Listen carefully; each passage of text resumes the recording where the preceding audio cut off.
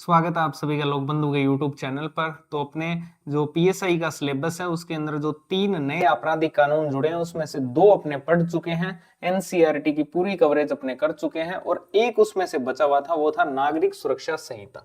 तो वो आज अपने पढ़ने वाले हैं। ठीक है, तो पीडीएफ इसकी मैंने आपको शेयर कर दी है टेलीग्राम चैनल पर, जिसका लिंक डिस्क्रिप्शन में दिया हुआ है। ठीक है, फिर भी मैं बता देता हूं, अपना टेलीग्राम चैनल है लोकबंधु 2025। आप सीधा सर्च करोगे तो भी आ जाएगा। ठीक है, और डिस्क्रिप्शन में भी टेलीग्राम चैनल का लिंक दिया हुआ है। ठीक है, और इससे पहले जो 2 लॉ मैंने पढ़ाए हैं, जो 3 नए जुड़े उनमें से 2 मैं पढ़ा चुका हूं। वो आपको यूट्यूब चैनल जो है अपना, उसकी प्लेलिस्ट में जाना, वहां पर इंडियन पॉलिटी वाली खोलना और उसमें आपको मिल जाएंगे। ठीक है, चैनल पर नए हो तो चैनल को सब्सक्राइब जरूर करना, और वीडियो पसंद आई हो तो वीडियो को लाइक भी कर देना आगे। ठीक है, तो अपने पढ़ने वाले हैं भारतीय नागरिक सुरक्षा संहिता 2023। देखो, इन तीनों कानूनों का जो इतिहास है वो हम ऑलरेडी एक क्लास में पढ़ चुके हैं। ठीक है, लेकिन हर चैप्टर के अंदर अपने वापस भी उसको पढ़ रहे हैं। तो सबसे पहले अपने इसका इतिहास ही पढ़ लेते हैं कि ये जो भारतीय नागरिक सुरक्षा संहिता है इसका विकास किस प्रकार से हुआ है। ठीक है, तो सबसे पहले तो आप जानते हो जो सीआरपीसी है, यानी कि क्रिमिनल प्रोसीजर कोड, आपराधिक प्रक्रिया संहिता 1973, ये सबसे पहली बार कब पारित हुई थी? तो ये 1861 के अंदर हुई थी। ठीक है, 1861 के अंदर जो ब्रिटिश ताज का शासन था उस समय इसको पहली बार पारित किया गया था। उद्देश्य क्या था? भारत के अंदर जो विधिक प्रणाली है उसके अंदर अनेक प्रकार की समस्याएं थी, उन पर ध्यान देने के लिए 1861 के अंदर पहली बार जो है वो कानून ये पारित हुआ था। ठीक है, लेकिन इसमें अब तक संशोधन हुए हैं। जैसे 1973 के अंदर इसमें संशोधन हुआ, और इसमें जो उस समय का एक्ट था 1861 का, उसको सीआरपीसी से प्रतिस्थापित कर दिया गया। ठीक है, जो अब तक सीआरपीसी थी, इस प्रकार से समझो 1861 में एक एक्ट आया। ठीक है, वो 1973 में सीआरपीसी ने प्रतिस्थापित कर दिया, और अब सीआरपीसी को प्रतिस्थापित कर दिया है भारतीय नागरिक सुरक्षा संहिता ने। ठीक है, तो ये अब तक का इतिहास है। तो 1973 के अंदर सीआरपीसी ने इसको प्रतिस्थापित कर दिया, और इसमें अग्रिम जमानत जो है उसका प्रावधान किया गया 1973 के अंदर, एंटीसिपेटरी बेल। अब इसका क्या मीनिंग होता है? तो जो गैर जमानती मामले होते हैं, कुछ ऐसे मामले होते हैं जिनमें बेल नहीं दी जाती है, जमानत नहीं दी जाती है, तो उनमें जो है व्यक्ति जो है वो पहले से ही सत्र न्यायालय से या फिर उच्च न्यायालय से अपनी जमानत जो है उसको मंजूर करा सकता है, यानी एंटीसिपेटरी बेल। ठीक है, इसमें पुलिस कस्टडी मिल जाती है, तो इसको बोलते हैं एंटीसिपेटरी बेल। तो एंटीसिपेटरी बेल का प्रावधान जो है वो 1973 के अंदर किया गया था। इसके बाद 2005 के अंदर इसमें फिर संशोधन होता है, और इसमें प्ली बार्गेनिंग का प्रावधान जो है, यानी कि सौदा अभिवाक हिंदी में बोलते हैं। अब ये सौदा किन के बीच होता है? तो ये सौदा होता है जो अपराधी है उसके बीच में, और जो प्रोसिक्यूशन पक्ष है, अभियोजन है, उसके बीच में ये समझौता होता है। और इसमें क्या होता है? अपराधी अपना अपराध स्वीकार कर लेता है, जिससे उसकी सजा जो है वो कम कर दी जाती है। तो ये सिंपल प्ली बार्गेनिंग होता है। ठीक है, इसके अलावा 2005 में गिरफ्तार जो व्यक्ति है उसके अधिकारों को लेकर भी विस्तार में प्रावधान जो है वो किए गए। फिर आगे संशोधन होता है इसमें 2013 के अंदर, और 2013 के अंदर आप जानते हैं निर्भया मामला चल रहा था उस समय, और उसी से प्रेरित होकर फिर जो यौन हिंसा है उसके खिलाफ जो है वो कानून लाया गया था, कार्यस्थल पर यौन उत्पीड़न वाला जो था। ठीक है, इसी के साथ इसमें जल्द सुनवाई प्रक्रियाओं और पीड़ित की सुरक्षा उपायों को भी बढ़ाया गया था। यह भी एक प्रोविजन जोड़ा गया था कि सुनवाई प्रक्रिया जो है वो जल्दी हो, और पीड़ित जो है उसके सुरक्षा उपाय जो है उनको भी बढ़ाया गया। 2018 के अंदर जो संशोधन हुआ था इसके अंदर, उसमें जो यौन अपराध हैं उनके लिए जो दंड है उसको बढ़ाया गया, और ऐसे मामलों के लिए, यानी यौन अपराध जैसे मामलों के लिए जो फास्ट ट्रैक अदालत है उनकी स्थापना की गई, त्वरित न्याय मिल सके ताकि, है ना, दंड को भी बढ़ाया गया, और जो प्रक्रिया है उसको भी फास्ट करने की इसमें कोशिश की गई। फास्ट ट्रैक अदालतों की स्थापना हुई। इसके अलावा बच्चों की सुरक्षा के लिए भी व्यापक उपाय अपनाए गए। तो ये अब तक के संशोधन थे सीआरपीसी के अंदर, लेकिन अब सीआरपीसी को जो है वो प्रतिस्थापित कर दिया गया है वर्तमान में, और वो किया है भारतीय नागरिक सुरक्षा संहिता ने 2023 के अंदर। ठीक है, इसने इसको जो है सीआरपीसी 1973 को जो है वो प्रतिस्थापित कर दिया है। अब इस भारतीय नागरिक सुरक्षा संहिता की क्या क्या प्रमुख विशेषताएं हैं तो वो अपने समझ लेते हैं। सबसे पहली बात तो ये है कि ये भारत के अंदर जो मूल अपराध विधि है उसके प्रबंधन प्रक्रिया पर मुख्य विधान है, यानी जो मेन कानून है, ठीक है ना, वो यही है भारतीय नागरिक सुरक्षा संहिता। इसमें सीआरपीसी के अधिकांश प्रावधानों को जो संरक्षित किया गया, अधिकांश जो धाराएं थी सीआरपीसी में वो एज इट इज इसमें भी है, ठीक है। अब इसका उद्देश्य क्या है, सीआरपीसी नाम परिवर्तन किया गया है, ठीक है, तो लेकिन कुछ उद्देश्य भी तो नए होंगे। एक तो नाम इसका पॉजिटिव कर दिया गया, पहले उस नाम में ही अपराध था, अब उसको नागरिक सुरक्षा से रिप्लेस किया गया है, तो ये एक पॉजिटिविटी है, ठीक है। इसके अलावा और भी तो उद्देश्य होगा। उद्देश्य बहुत सिंपल है, जो आपराधिक प्रक्रिया है उसको थोड़ा सा सरल बनाया जाए, ठीक है, वो आगे समझेंगे आपराधिक प्रक्रिया क्या क्या है। इसके अलावा जो विचारण अवधि है उसको कम किया जाए, ट्रायल जो है उसको कम किया जाए, और इसके अलावा जो प्रक्रिया के लिए समय सीमा है वो निर्धारित की जाए, एक डेडलाइन फिक्स की जाए कि इतने दिन में हम आपको न्याय देंगे, ठीक है ना, वो डेडलाइन फिक्स की जाए। तो ये इसके प्रमुख उद्देश्य थे। इसके अंदर जो अपराध है उनको दो कैटेगरीज में बांटा गया है, एक है संज्ञेय अपराध और एक है गैर संज्ञेय अपराध। जो संज्ञेय अपराध हैं वे गंभीर अपराध होते हैं, ठीक है, जैसे कि मर्डर हो गया, ठीक है, तो ये एक संज्ञेय अपराध है। अब चेन स्नैचिंग है, तो चेन स्नैचिंग क्या है, गैर संज्ञेय अपराध है। संज्ञेय अपराध वे होते हैं जिनमें पुलिस जो है वो वारंट के बिना भी गिरफ्तार कर सकती है, लेकिन गैर संज्ञेय अपराध वे होते हैं जहां पुलिस को गिरफ्तारी के लिए वारंट की आवश्यकता पड़ती है, ठीक है। आपने वो डायलॉग सुना होगा, वारंट लाया है, ठीक है, तो वो गैर संज्ञेय अपराध की बात हो रही थी, क्योंकि गैर संज्ञेय अपराध में अगर गिरफ्तारी करनी है तो वारंट चाहिए, संज्ञेय अपराध में वारंट के बिना भी गिरफ्तार किया जा सकता है। अच्छा, इसमें ध्यान रखना, जैसे कोई व्यक्ति है, मान लो उस पर 2 या उससे अधिक अपराध के मामले चल रहे हैं, ठीक है, और इनमें से कम एक मामला जो है वो संज्ञेय है, ठीक है, जैसे मान लो उस पर मर्डर का भी चार्ज है, उस पर चेन स्नैचिंग का भी चार्ज है, अगर मिनिमम एक संज्ञेय मामला है उस पर, तो फिर उसको संज्ञेय की कैटेगरी में ही रखा जाएगा, ठीक है। अगर वो 2 या अधिक अपराधों से संबंधित है कोई मामला, लेकिन उनमें से अगर न्यूनतम एक भी संज्ञेय है तो फिर उसको संज्ञेय ही माना जाएगा, फिर वो गैर संज्ञेय की कैटेगरी में नहीं आएगा। क्लियर, ठीक है। इसके अलावा अपराध की प्रकृति के आधार पर भी 2 भागों में इसको बांटा गया है, एक जमानती अपराध और एक गैर जमानती है। तो बहुत सिंपल है, जिनमें बेल मिल जाती है वो तो होते हैं जमानती, और जिनमें जमानत या बेल नहीं मिलती है वो होते हैं गैर जमानती अपराध। यानी आरोपी के जो अधिकार हैं या अदालत का विवेक है उसके आधार पर जमानत दी जाती है, ठीक है। क्या आरोपी के अधिकार हैं, क्या अदालत अपने विवेक के आधार पर भी जमानत दे सकती है, ठीक है। तो जमानत पर रिहाई मिलती है, अगर मिल जाती है तो जमानती अपराध की कैटेगरी में आएगा, नहीं मिलेगी तो गैर जमानती अपराध। और एंटीसिपेटरी बेल जो है वो गैर जमानती अपराधों से संबंधित होती है, ध्यान रखना, अग्रिम जमानत। इसके अलावा यह संहिता जो है वो अभियुक्तों के अधिकारों की सुरक्षा का प्रयास करती है। जो प्रोसिक्यूटर्स है, जो केस लगा रहे हैं, उनके अधिकारों की सुरक्षा का भी प्रयास करती है, जैसे कि निर्दोष होने की पूर्व धारणा होना, ठीक है, और कानूनी प्रतिनिधित्व का उनको अधिकार देना, है ना, ये सारे उनके अधिकारों की सुरक्षा के प्रोविजंस हैं। साथ ही साथ में जो भारतीय नागरिक सुरक्षा संहिता है इसके अंदर एकल संकट समाधान केंद्र भी है, ठीक है, का प्रावधान है, जैसे वन स्टॉप क्राइसिस सेंटर। इसके अलावा जो सुरक्षा अधिकारी होते हैं, परामर्शदाता जो होते हैं, और जो आश्रय हैं, उनके माध्यम से मुआवजा और पुनर्वास से रिलेटेड प्रोविजन भी इसके अंदर किए गए हैं। आगे बढ़ते हैं। भारतीय नागरिक सुरक्षा संहिता 2023 के 4 स्तंभ कौन कौन से हैं, ये पूछा जा सकता है आपसे एनसीईआरटी के अंदर, एज इट इज ये लिखा हुआ है, 4 स्तंभ इसके हैं, ठीक है। पहला स्तंभ तो बहुत सिंपल है कि अपराधों के निवारण के लिए एक समय सीमा तय करना, ठीक है, एक डेडलाइन डिसाइड करना कि इतने समय में हम अपराधों का निवारण कर देंगे। दूसरा, आज का युग है टेक्नोलॉजी का, तो विधि के अंदर जो है वो टेक्नोलॉजी को लाना, यानी विधि में प्रौद्योगिकी। तीसरा है जो विधि की प्रक्रियाएं हैं उनको सुव्यवस्थित करना, ठीक है, जो प्रक्रिया है उसको सुव्यवस्थित किया जाए। चौथा है पीड़ित केंद्रित, ठीक है, पीड़ितों पर केंद्रित जो है वो न्याय होना चाहिए। तो ये 4 प्रमुख स्तंभ है, ये आपसे पूछे जा सकते हैं।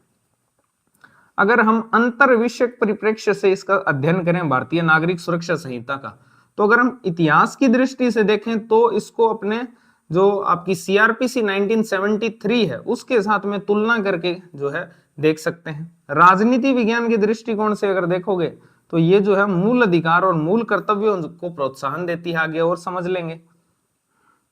मनोविज्ञान की दृष्टि से अगर आप देखोगे तो ये शारीरिक और जो भावनात्मक अपराधों के कारण और परिणामों को समझना और उनका विश्लेषण करना। ठीक है, शारीरिक अपराध हो गया, भावनात्मक अपराध है, उनके कारणों को, परिणामों को समझना, उनका विश्लेषण करना, ये मनोवैज्ञानिक दृष्टिकोण है। इसके अलावा ये जो है सुधारात्मक और पुनर्स्थापनात्मक पक्ष पर भी केंद्रित है। जो मनोविज्ञान के अंदर आप पढ़ते ही हो, सुधारात्मक पक्ष और पुनर्स्थापनात्मक पक्ष, उससे ये संबंधित है,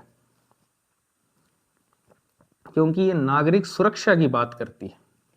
अब आते हैं इसका महत्व क्या है। तो महत्व बहुत सिंपल है, आप देख सकते हो, ये ऊपर मैंने बताया था, ये मूल कर्तव्यों को सुनिश्चित करती है, मूल अधिकारों को सुनिश्चित करती है। इस प्रकार से इसका संबंध इन इन क्षेत्रों से है। ये भी अपने ऊपर अंतर विषय परिप्रेक्ष्य में देख चुके हैं।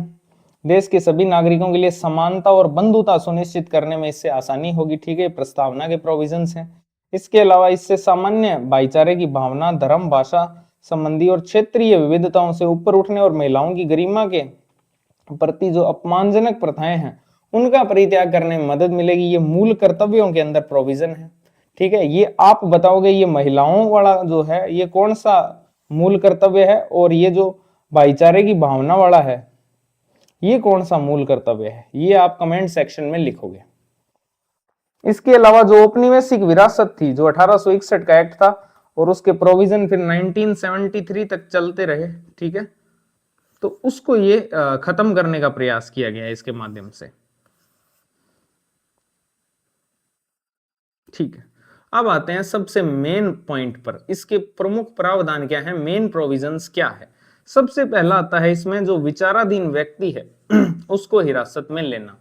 ठीक है, विचाराधीन जो व्यक्ति है जिस पर केस लगा हुआ है उसको हिरासत में लेने से संबंधित प्रोविजन है। तो इसमें बताया गया है कि ये जो प्रोविजन है ये दो परिस्थितियों में लागू नहीं होगा। पहली परिस्थिति, अगर आजीवन कारावास जो है उस पर लगा हुआ है, आजीवन कारावास का जो उसको दंड है वो मिला हुआ है, पहली स्थिति तो ये है। दूसरा ये है कि अगर उस व्यक्ति के खिलाफ एक से अधिक अपराध की कार्यवाहियां लंबित है तो जो विचाराधीन व्यक्ति है उसको हिरासत में फिर नहीं लिया जा सकता। हिरासत में अगर उसको रखना है, यानी कि ये जो प्रोविजंस है वो दो परिस्थितियों में लागू नहीं होते हैं। पहला है आजीवन कारावास के दंडनीय अपराध, दूसरा है जिन व्यक्तियों के विरुद्ध एक से अधिक अपराध की कार्यवाहियां जो है वो लंबित है। ठीक है ना, आगे बढ़ते हैं, मेडिकल टेस्ट की बात करते हैं। आप जानते ही अपराधी का मेडिकल टेस्ट होता है, चिकित्सा परीक्षण। तो ये कोई भी पुलिस अधिकारी जो है वो इसके लिए अनुरोध कर सकता है। सिंपल प्रोविजन है कि मेडिकल टेस्ट के लिए अनुरोध कौन कर सकता है, तो कोई भी पुलिस अधिकारी इसके लिए अनुरोध कर सकता है। इसके बाद होती है फोरेंसिक जांच, न्यायालयी जांच। आपने सीआईडी देखा होगा तो आप इसको अच्छे से समझ पाओगे, डॉक्टर सालुंकी वाली सी जांच है ये। दंडनीय अपराधों सहित जो कारावास के कम से कम 7 वर्षों के लिए न्याय संबंधी जांच जो है वो अधिदेशित है। इसका मीनिंग है ऐसे अपराध जिनमें दंड दिया जाता है और जिसमें कम से कम 7 वर्ष का कारावास है, ऐसे अपराधों के अंदर न्याय संबंधी जांच जो है वो की जा सकती है। इसमें क्या होता है, जो न्याय संबंधी विशेषज्ञ होता है वो साक्ष्य को प्राप्त करने के लिए, यानी एविडेंस को प्राप्त करने के लिए, या फिर मोबाइल फोन या फिर किसी अन्य इलेक्ट्रॉनिक डिवाइस पर प्रक्रिया को रिकॉर्ड करने के लिए, साक्ष्य को प्राप्त करने के लिए या उस प्रक्रिया को रिकॉर्ड करने के लिए जो आपराधिक स्थल है जहां पर क्राइम हुआ है उसका फिर वो दौरा करेगा। और आप ये तो अच्छे से आपके दिमाग में विजुलाइज हो रही होगी चीजें कि वो देखने जा रहे हैं मर्डर कहां पे हुआ है, इसकी इन्वेस्टिगेशन, उसको फोरेंसिक जांच बोलते हैं। यदि किसी राज्य के अंदर न्याय संबंधी सुविधा मान लो नहीं है तो फिर अन्य राज्य के अंदर भी इस सुविधा का उपयोग किया जा सकता है। ठीक है, तो मोबाइल फोन में रिकॉर्डिंग्स भी करते हैं या फिर किसी और इलेक्ट्रॉनिक डिवाइस पर प्रक्रिया को रिकॉर्ड कर सकते हैं एविडेंस के लिए। इसके बाद में आता है हस्ताक्षर और उंगलियों के निशान। तो इसमें क्या होता है, फिंगरप्रिंट्स लिए जाते हैं उनके, ठीक है, उंगलियों की छाप और आवाज भी जो है, आवाज के नमूने भी उनसे लिए जाते हैं। इसमें इन नमूनों को उस व्यक्ति से प्राप्त किए जाने के लिए अनुमति दी जाती है जिसे गिरफ्तार नहीं किया गया है। ठीक है, जिसको गिरफ्तार किया जाना उसके विरुद्ध उसके फिंगरप्रिंट्स की अनुमति जो है वो प्रदान की जाती है। अगला है गवाह की सुरक्षा। गवाह की सुरक्षा के लिए क्या प्रोविजन है इसके अंदर, ठीक है, सबसे इंपॉर्टेंट तो यही है। आपने जितनी हिंदी फिल्में देखी है तो उनमें देखा होगा कि जो गवाह होता है वो कभी सुरक्षित नहीं होता, उसको कोई ना कोई ट्रक वाला ठोक के चला ही जाता है। ठीक है, तो सीआरपीसी के अंदर भी यही है कि जो गवाह की सुरक्षा है उसके लिए फिर क्या प्रोविजन है, तो उसके लिए प्रोविजन है गवाह सुरक्षा योजना, ये पेश की गई है। और सीआरपीसी में कहा गया है कि जो गवाह सुरक्षा योजना है इसका प्रारूप कौन तैयार करेगा और इसको अधिसूचित कौन करेगा? तो ये काम है राज्य सरकार का। तो ये प्रश्न पूछा जा सकता है कि सीआरपीसी के अंतर्गत जो गवाह सुरक्षा योजना है, सॉरी अब तो वर्तमान में नागरिक सुरक्षा संहिता है, तो उसके अनुसार जो गवाह सुरक्षा योजना है इसका प्रारूपण कौन करेगा और इसका अधिसूचन कौन करेगा? तो ये राज्य सरकार का काम है। ठीक है, इसके बाद में बात करते हैं जो नामित पुलिस अधिकारी है वो कौन होगा? तो वो होगा थानेदार। ठीक है, सहायक जो उप निरीक्षक रैंक यानी कि एसआई रैंक का जो एक पुलिस अधिकारी है वो नियुक्त किया जाएगा प्रत्येक जनपद और थाने के अंदर न्यूनतम एक नहीं सॉरी न्यूनतम जो एसआई रैंक का अधिकारी होगा वो नियुक्त किया जाएगा, उसको बोलेंगे नामित पुलिस अधिकारी, जिसको अपने जांच अधिकारी भी बोलते हैं ना। इसकी जिम्मेदारी क्या है? जिम्मेदारी बहुत सिंपल है, जो सभी गिरफ्तार व्यक्ति हैं उनके नाम, उनके एड्रेस और उन पर लगे हुए आरोप जो है उनका रिकॉर्ड रखना है। ठीक है, और ये डिजिटल रूप में जो है जानकारी वो प्रोवाइड करवाएगा। इसके अलावा इसके अंदर जो भारतीय नागरिक सुरक्षा संहिता है इसमें दो डेफिनेशंस दी हुई है, ऑडियो वीडियो इलेक्ट्रॉनिक साधन की और इलेक्ट्रॉनिक संचार की। ऑडियो वीडियो इलेक्ट्रॉनिक साधन ये एनसीईआरटी के अंदर दी हुई है, ऑडियो वीडियो इलेक्ट्रॉनिक साधन और इलेक्ट्रॉनिक संचार की परिभाषा। तो ये पहले से इसमें परिवर्तन हुआ है, पहले ऑडियो वीडियो इलेक्ट्रॉनिक साधन के अंदर क्या आता था और वर्तमान में क्या है? तो वर्तमान में इसमें वीडियो कॉन्फ्रेंसिंग है, पहचान है, तलाशी और जब्ती या साक्ष्य जैसी रिकॉर्डिंग प्रक्रियाएं, इलेक्ट्रॉनिक संचार संचारित करने और राज्य सरकार के नियमों द्वारा निर्धारित अन्य उद्देश्यों के लिए किसी भी संचार उपकरण का उपयोग इसमें शामिल है। बेसिकली इसमें वीडियो कॉन्फ्रेंसिंग वगैरह जो है वो शामिल की गई है एज ए एविडेंस। इसके बाद में इलेक्ट्रॉनिक संचार की बात करते हैं। तो इलेक्ट्रॉनिक संचार से क्या तात्पर्य है? तो इसमें टेलीफोन हो गया, मोबाइल फोन है, कंप्यूटर है, ऑडियो वीडियो प्लेयर है, कैमरा है, या केंद्र सरकार द्वारा अधिसूचित कोई अन्य निर्दिष्ट इलेक्ट्रॉनिक रूप जैसे इलेक्ट्रॉनिक उपकरणों के माध्यम से जो लिखित, मौखिक या चित्रात्मक जानकारी है या वीडियो सामग्री है उसके प्रसारण या हस्तांतरण। तो ये बोल बच्चन है, वैसे तो ये पूछे मुश्किल ही जाए आपसे, ठीक है, लेकिन देख लेना बस एक नजर में इनको। इसके बाद में बहुत सिंपल प्रोविजन है, विचारण, ट्रायल और कार्यवाहियों का इलेक्ट्रॉनिक मोड में आयोजन होगा। जितने भी ट्रायल्स होंगे और जो कार्यवाहियां होंगी उनका इलेक्ट्रॉनिक मोड में आयोजन होगा। ठीक है, यह प्रावधान बीएनएसएस में किया गया है, भारतीय नागरिक सुरक्षा संहिता के अंदर किया गया है। इसमें क्या होगा? समन और वारंट जारी करना हो गया और अन्य जो भी है इसके अंदर वो सब इलेक्ट्रॉनिक मोड में भी आयोजित होंगे। इसके अलावा जो समन है उसकी इलेक्ट्रॉनिक तामील से रिलेटेड प्रोविजन है कि जो समन है वो इलेक्ट्रॉनिक रूप में या एनक्रिप्टेड प्रारूप में। एनक्रिप्टेड प्रारूप का मीनिंग होता है कि उसको सिर्फ स्वामी ही देख सकता है और कोई नहीं देख सकता। किसी अन्य इलेक्ट्रॉनिक संचार विधि के माध्यम से जो है वो किया जा सकता है, यानी समन जो है उसको इलेक्ट्रॉनिक रूप में भी किया जा सकता है, एनक्रिप्टेड प्रारूप में भी किया जा सकता है, या कोई और संचार मेथड से भी उसको किया जा सकता है। इसमें जो इलेक्ट्रॉनिक समन होगा उसमें न्यायालय की जो मुहर है या डिजिटल जो हस्ताक्षर है उसकी छवि जो है वो शामिल होनी चाहिए। ये एज ए स्टेटमेंट आपसे पूछे जा सकते हैं कि इलेक्ट्रॉनिक समन जो है उसके अंदर न्यायालय की मुहर या डिजिटल हस्ताक्षर की जो छवि है वो शामिल होनी चाहिए। क्यों होनी चाहिए? ताकि प्रामाणिकता और कानूनी वैधता जो है वो सुनिश्चित हो। अगर मुहर लगी हुई है तो ऑथेंटिसिटी आएगी, उसमें वैलिडिटी आएगी। इसके अलावा पीड़ित पर केंद्रित दृष्टिकोण जो मजबूत स्तंभ है, जो चौथा स्तंभ है इसका बीएनएसएस का, इसका मीनिंग क्या है? इसका मीनिंग बहुत सिंपल है कि जो पीड़ित है उसको आपराधिक कार्यवाही में आवश्यक हितधारक के रूप में स्वीकार किया गया है। जो कोई भी आपराधिक क्रिमिनल प्रोसीजर है, आपराधिक कार्यवाही है, उसके अंदर जो हितधारक है आवश्यक, वो कौन है? तो वो पीड़ित है। ठीक है, उन्हें भागीदारी के अधिकार और सूचना के अधिकार जो है वो दिए गए हैं। एक तो उसको भागीदारी का अधिकार है, वो अपना केस लड़ सकता है, इसके अलावा वो इंफॉर्मेशन ले सकता है आरटीआई के थ्रू, तो उसको सूचना का अधिकार भी है। तो ये एक पीड़ित केंद्रित दृष्टिकोण बनाया गया है इसके थ्रू। ठीक है, तो ये आप देख सकते हो। अब आगे आते हैं, जो प्रोसेस है, प्रोसीजर है, प्रक्रियाएं हैं, वो क्या क्या है। भारतीय नागरिक सुरक्षा संहिता 2023 के तहत जो महत्वपूर्ण प्रक्रियाएं हैं अपराध से रिलेटेड वो क्या है? जैसे पहला है, किसी अपराध की सूचना जो है वो इलेक्ट्रॉनिक रूप से भेजी जाएगी। ठीक है, कोई भी अपराध है उसकी सूचना जो है वो इलेक्ट्रॉनिक रूप से भेजी जाएगी। संज्ञेय अपराध की बात कर रहे हैं, संज्ञेय अपराध के बारे में जो जानकारी है वो इलेक्ट्रॉनिक रूप से भेजने की अनुमति है। ठीक है, किस रूप में भेजी जाएगी? तो पहला है इलेक्ट्रॉनिक प्रस्तुति। इलेक्ट्रॉनिक प्रस्तुति का मतलब है कॉल या फिर वेबसाइट के माध्यम से भेजी जा सकती है। दूसरा इसमें आता है हस्ताक्षर। जो भी सूचना है उस पर 3 दिन के अंदर अंदर हस्ताक्षर करना होता है। ठीक है, कितने दिन के अंदर हस्ताक्षर करना है? 3 दिन के अंदर। इसके अलावा जो है पुलिस जो है वो पीड़ित को एफआईआर की एक निशुल्क जो है प्रति यानी कॉपी जो है वो भी प्रोवाइड करवाएगी। महिलाओं के लिए जो विशेष मामले हैं, इनके अंदर यौन अपराध के जो मामले हैं उसमें बयान जो है वो महिला पुलिस अधिकारी या किसी भी महिला अधिकारी को ही दर्ज करना पड़ेगा। ठीक है, यौन अपराध के मामलों में बयान दर्ज कौन करेगा? तो महिला पुलिस अधिकारी या कोई भी महिला अधिकारी जो है वो बयान दर्ज करेगी। इसके अलावा अगर पुलिस मना कर देती है, पुलिस के मना करने के बारे में शिकायत जो है वो कहाँ की जा सकती है? यदि पुलिस मान लो एफआईआर दर्ज करने से मना कर देती है तो फिर आप आगे किसको आवेदन कर सकते हो? तो जो पुलिस अधीक्षक है यानी कि एसपी है या मजिस्ट्रेट जो है उसको आप आवेदन कर सकते हो। पुलिस अधीक्षक या मजिस्ट्रेट जो है उसको आवेदन कर सकते हैं अगर पुलिस एफआईआर करने से मना करती है तो। अच्छा, इसमें एक बहुत ही इंपॉर्टेंट प्रोविजन है जो आपको पता होना चाहिए कि अगर पुलिस अधिकारी जो है वो किसी व्यक्ति को गिरफ्तार करता है तो आपको पता है उसको 24 घंटे के अंदर अंदर मजिस्ट्रेट के सामने पेश करना होता है, अगर उसको गैर कानूनी हिरासत से बचाना है तो।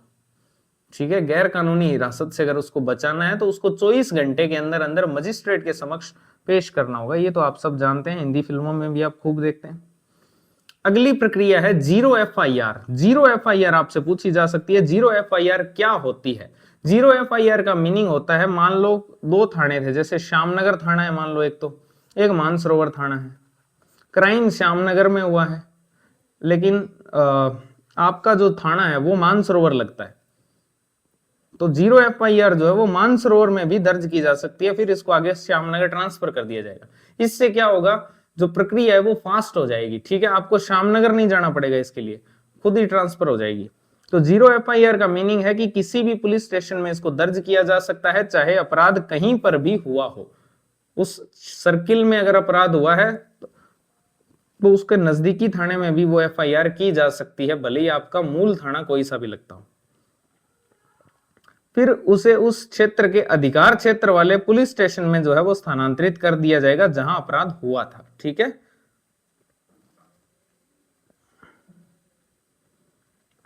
पुलिस किसी गंभीर अपराध की सूचना मिलने पर तुरंत जीरो एफआईआर जो है वो दर्ज करेगी।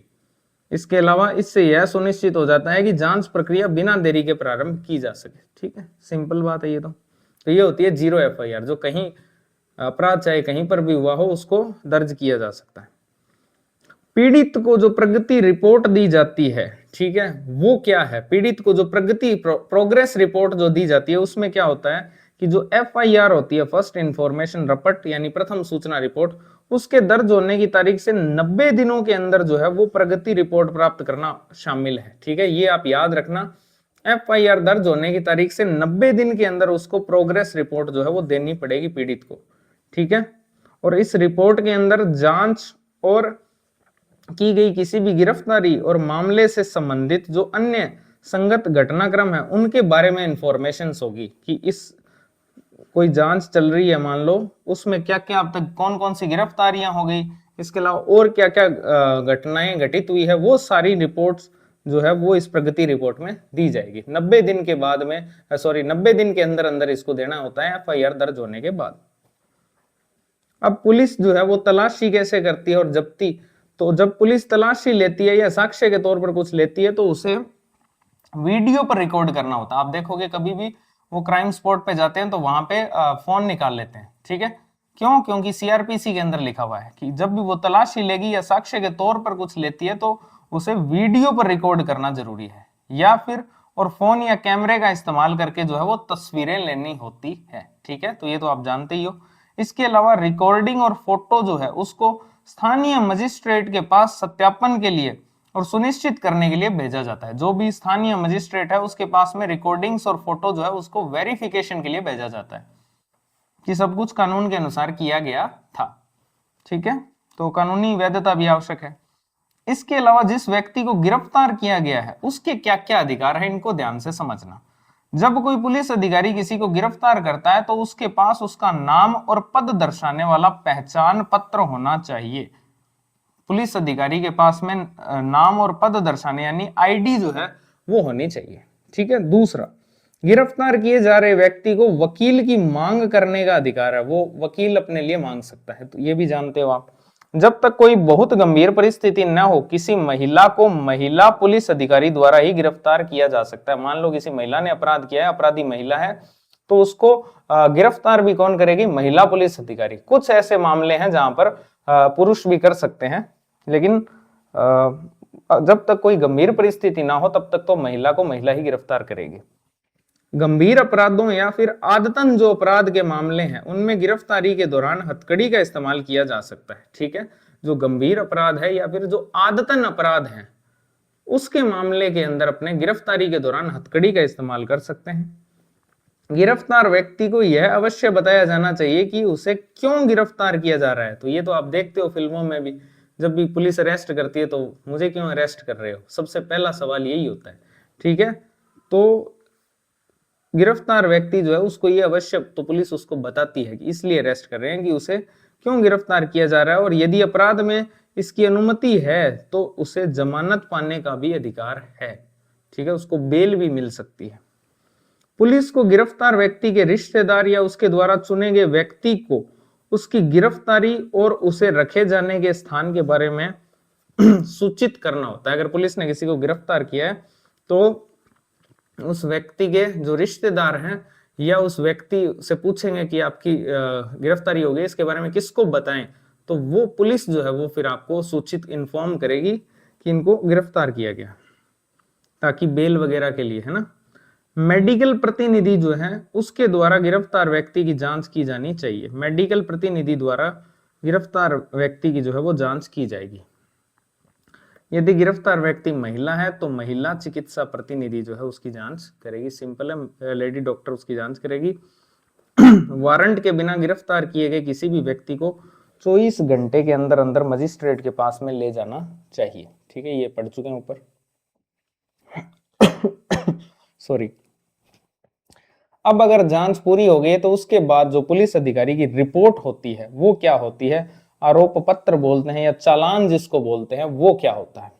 तो उसके अंदर आपको ध्यान रखना है कि भारतीय नागरिक सुरक्षा संहिता है या यौन अपराधों से बच्चों का संरक्षण अधिनियम जो 2012 का है उसके तहत महिलाओं के खिलाफ जो अपराध है उनके लिए यह जांच सूचना दर्ज करने की तारीख से 60 दिन के अंदर पूरी हो जानी चाहिए। जिस दिन से सूचना दर्ज हो गई है, ठीक है, जिस दिन से सूचना दर्ज हो गई है उससे 60 दिन के अंदर अंदर जो है ये जो जांच है ये पूर्ण हो जानी चाहिए पुलिस की। कितने दिन के अंदर? 60 दिनों के अंदर। किन मामलों में? महिलाओं के खिलाफ अपराध के मामलों में। अब इस रिपोर्ट में की गई जो जांच है, एकत्र किए गए साक्ष्य हैं, उनका विवरण जो है वो शामिल होता है। क्या क्या जांच की गई है, क्या क्या एविडेंस इकट्ठे किए गए हैं, उन सब का जो है विवरण इसमें होता है और इसे पुलिस स्टेशन का जो प्रभारी अधिकारी होता है उसको भेजा जाता है। ठीक है। इसके अतिरिक्त रिपोर्ट की एक प्रति जो है वो आरोपी को अधिकार के रूप में प्रदान की जाती है। ये ठीक है। इस एक तो किसको दिया जाएगा? प्रभारी जो अधिकारी होगा पुलिस स्टेशन का उसको सौंपेंगे, और एक प्रति इसकी कहां दी जाएगी? आरोपी को, क्योंकि उसका अधिकार है। इसके अलावा कुछ और प्रोविजन देखते हैं इसके अंदर। BNSS के अंदर, भारतीय नागरिक सुरक्षा संहिता 2023 के अंदर और क्या क्या प्रोविजन है? तो इसमें सिंपल, किसी अपराध के प्रत्येक आरोपी व्यक्ति को कानूनी सहायता पाने का अधिकार है। बताया था वकील कर सकता है वो अपने लिए निष्पक्ष सुनवाई के लिए, है ना। यदि जांच निर्धारित समय के अंदर पूरी नहीं होती है तो आरोपी को जमानत पाने का भी अधिकार होता है। जांच जो है वो निर्धारित समय, जैसे ये महिलाओं वाले मामले में 60 दिन का था, ऊपर एक देखा था उसमें 90 दिन का था। ठीक है। प्रगति रिपोर्ट 90 दिन के अंदर देनी होती है, जांच जो है 60 दिन का है इसमें काल। तो अगर निर्धारित समय के अंदर ये पूरी नहीं होती है तो आरोपी जो है उसको जमानत पाने का भी अधिकार है। यौन अपराध के मामलों में पीड़ितों की पहचान जो है उसको संरक्षित किया जाए ताकि उन्हें लांछित होने से बचाया जाए। ये तो आप जानते ही हो। ठीक है। उनकी जो आइडेंटिटी होती है, जो पीड़ित है यौन अपराध के मामले में जो पीड़िता होती है उसकी आइडेंटिटी को जो है छुपाया जाता है ताकि उन पर कोई लांछन ना लगा सके। यदि किसी व्यक्ति को गिरफ्तारी का भय हो तो वो अग्रिम जमानत के लिए भी आवेदन कर सकता है। ये भी ऊपर मैं समझा चुका हूं, ताकि वह हिरासत में लिए जाने से बच जाए। ठीक है, ये सत्र न्यायालय या उच्च न्यायालय जो है वो मंजूर करता है पुलिस कस्टडी के लिए। किसी महिला जो है, ये इंपॉर्टेंट प्रोविजन है, ये ध्यान रखना, किसी महिला को असाधारण परिस्थितियों को छोड़कर सूर्यास्त के बाद और सूर्यास्त से पहले गिरफ्तार नहीं किया जा सकता। असाधारण परिस्थितियों को साइड कर दो, साधारण परिस्थितियों में किसी भी महिला को सूर्यास्त के बाद और सूर्यास्त से पहले जो है वो गिरफ्तार नहीं किया जा सकता। ठीक है, तो ये सारे के सारे प्रोविजंस और प्रक्रियाएं थी। अब इसके लिए एक संस्थागत व्यवस्था को आप समझ लो। सबसे पहले ऊपर कौन है, उच्चतम न्यायालय है, उसके बाद में उच्च न्यायालय है। ठीक है, इसके नीचे सत्र न्यायालय है, यानी इसकी अपील यहां हो सकती है, इसकी अपील यहां हो सकती है।